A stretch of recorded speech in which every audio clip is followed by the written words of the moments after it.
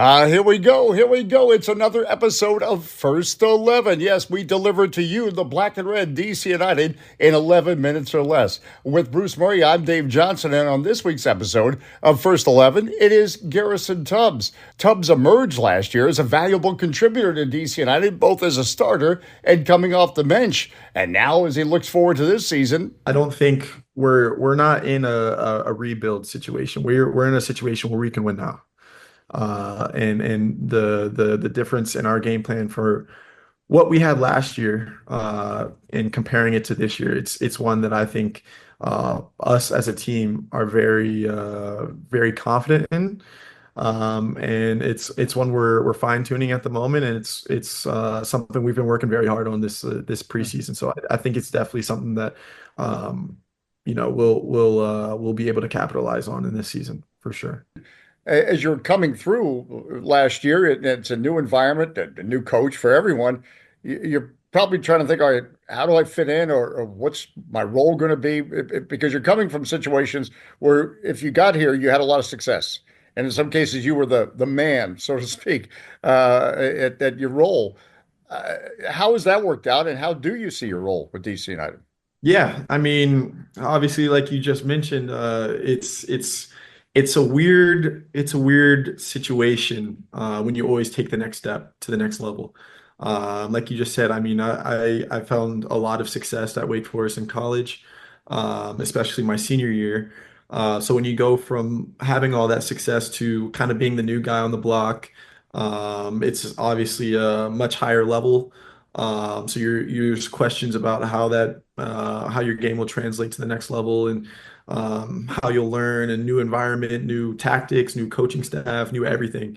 So there's always question marks around that, and it was definitely difficult. I'm not going to say it was easy, but I mean, I've had all the support in the world from the coaching staff and the front office and teammates and pretty much everyone at DC, to try to make that transition as seamless as possible.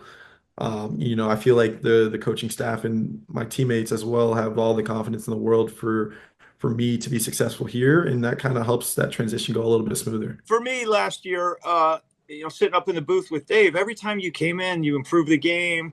You never had a moment that was too big.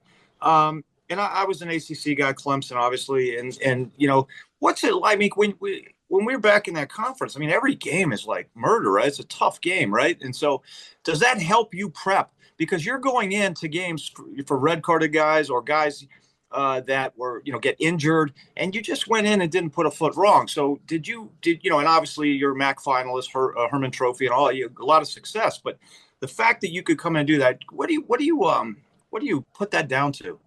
Yeah, I mean, I would definitely give a lot of credit to Wake Forest and the ACC in general. I feel like our training level at Wake Forest is extremely high. And with the players that we had, the coaching staff, and then the way that things were run there, I think that definitely prepared me for taking this step at the next level and being prepared when my number was called. And like you just mentioned, every game in the ACC is a dogfight.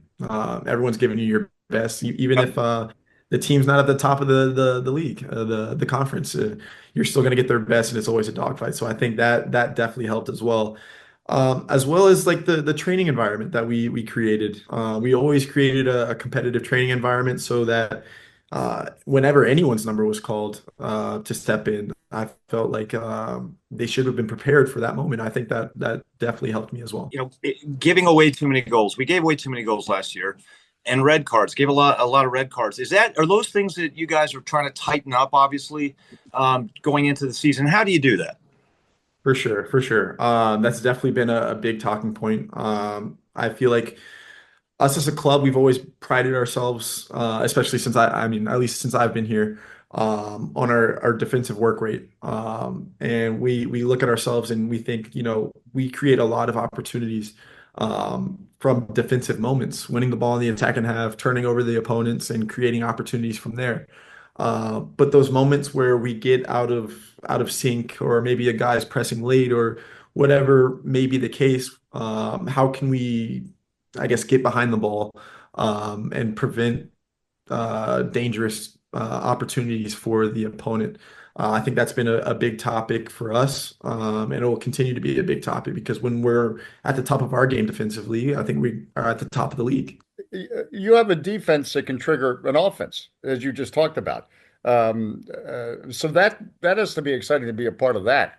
There's an encouragement to get it and go. When you look at the players that we have, the hardworking players that we have, there's definitely a lot of opportunities that can come from the defensive side, and I think that's a big part of our game plan as well. If you're at this level, you really must have loved soccer. You don't just fake it to be a college player, to be a pro. Why soccer? What really has been driving you?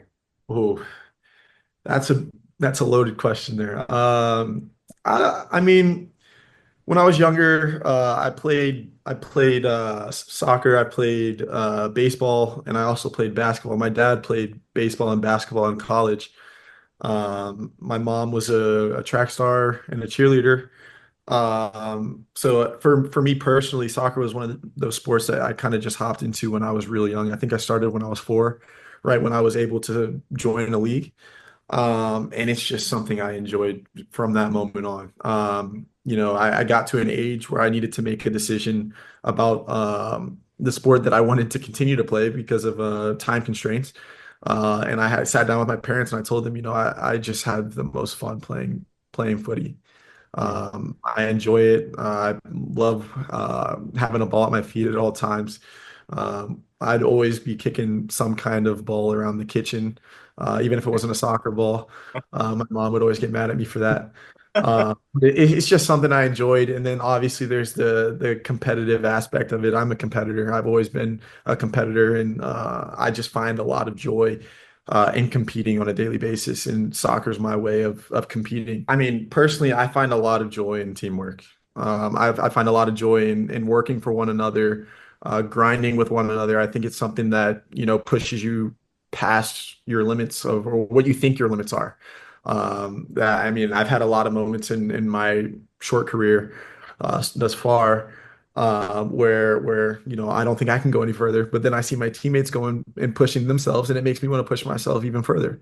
So moments like that where you're fighting for one another, I cherish those. Licking your chops with Zach, the mad scientist, your assistant, who creates all these pick plays on corner kicks. When you have Christian in there, and you have everyone else, and you have Jacob dragging people around. I mean, as a center back, I mean, you have a chance to put a few in the back of the net, you would think. Yeah, for sure, for sure. I think we have a lot of aerial threats on our team, and obviously Christian is the main one. That's the guy that everyone on the other team is usually focusing on. But if you go player for player, I think we have a lot of threats, and having that all that attention on Christian definitely creates some more opportunities for other guys as well. So I'm hoping that us as a team collectively we can generate some more opportunities from set pieces. I'll look forward to finishing those set pieces. With Bruce Murray, I'm Dave Johnson. Thanks for connecting. We're here for you all season long on First 11 as we connect with you, the best supporters in Major League Soccer, DC United supporters.